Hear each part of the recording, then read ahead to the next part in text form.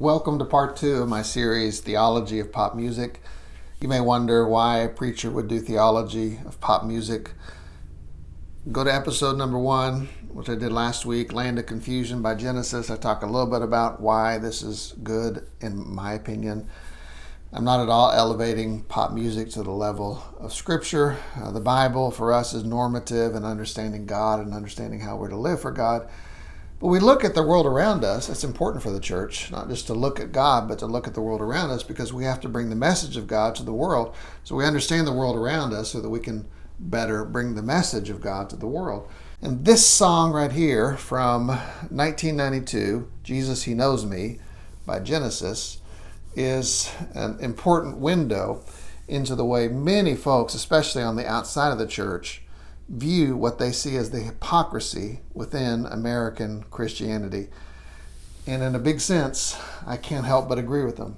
There is a lot of hypocrisy. And what really bugs me, drives me batty, is the number of American Christians who go for these slick, snake oil salesman type evangelists, prophets. Back in the day of this song, it would be those tele-evangelists. We can think of names like Jimmy and Tammy Faye Baker, Jimmy Swaggart, Robert Tilton. There's just names, and they go on and on all the way up to today. I don't think I really have to name all of these folks who are just so sleazy in the way they apparently come across, but they apparently appeal to many people because you have folks giving generously, some folks who cannot afford to give money, sending money to these folks on TV, and today it's on YouTube, these folks interpreting dreams, giving prophecies, telling people what they want to hear.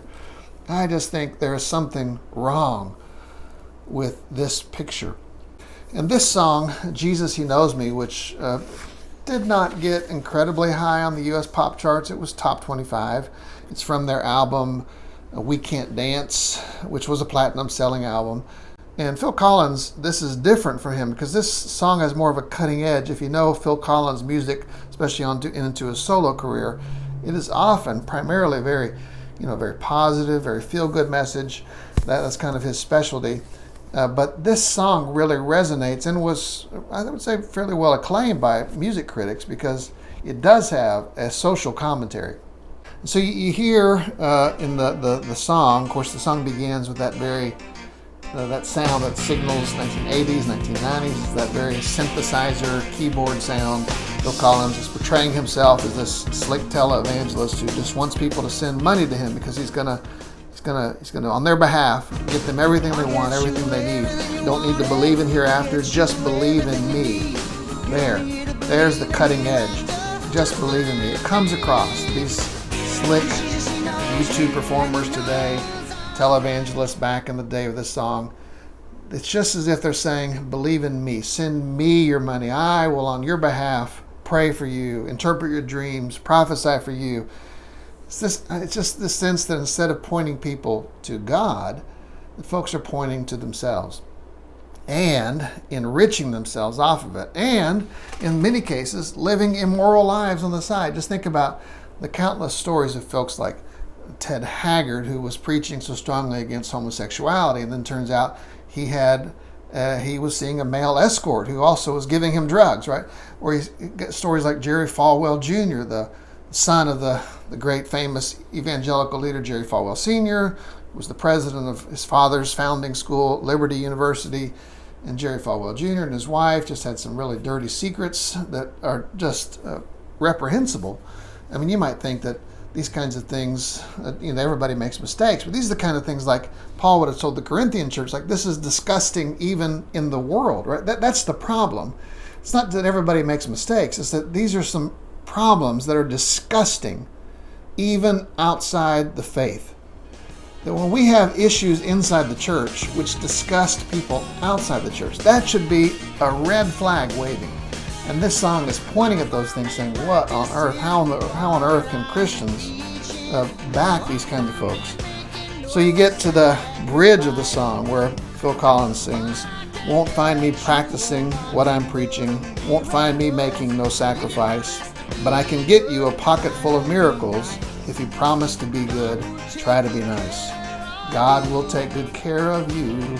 Just do as I say, don't do as I do. And then you get to really what is the heart of what is viewed of these kind of slick preachers. That I'm counting my blessings. I found true happiness. He's speaking truthfully because I'm getting richer day by day.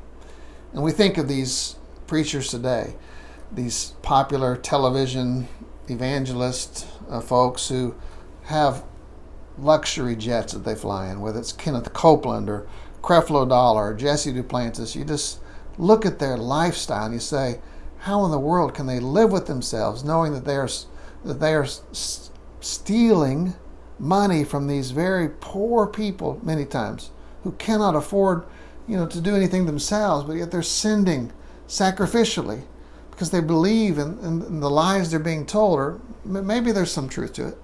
But there's just the sense that these guys are enriching themselves at the expense of others. And then he says, if you want to get closer to him, get on your knees and start praying. This idea that I hold your eternal destiny in my hands, that is an abuse of church power. This is what we look at in the Middle Ages, the selling of indulgences, where these priests would basically say that your sin will send you to hell unless you do this or that.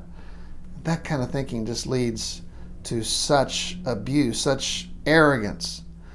And it leads others, I don't know, who are maybe well-intentioned, who become popular by maybe being a good family expert on Christian family issues or on money management. These, I think, probably well-meaning Christian folks who have really helped scores of people with their advice. But they begin to fall in love with the sound of their own voice. And they fall in love with power and being close to powerful people. And so it's crucial for us to remember what James said in describing what true religion is, right? Religion that is pure and undefiled before the God is this: to care for orphans and widows in their distress. And I would say in our world today, we have to look around and see who are the people in distress in our world today. It may not be widows and orphans, but to look for people who are in distress. In the first century world, in Roman Empire, it would have been widows and orphans who were hugely in distress. And this goes back, of course, deeply into the roots of the Hebrew teaching that Moses would have given in the Mosaic covenant. So, but this idea of finding people in distress in our society, caring for them, that is true religion. And to keep oneself unstained by the world. We as Christians, true religion, we have to go back as Christians. We have a lot of damage to undo. We have to fight against this continuing impulse among so many people who are being misled by these snake oil salespeople who are trying to sell in the guise of Christianity, selling themselves. We have to fight against that by rededicating ourselves to remembering what true religion looks like, caring for people in distress, keeping ourselves unstained by the sin of this world. Those are the ways we're supposed to be committed to, not just remembering, but living out. So I just encourage you to take to heart the words of Scripture that find a resonance in the critiques from pop culture, the critiques of excesses within the Christian faith.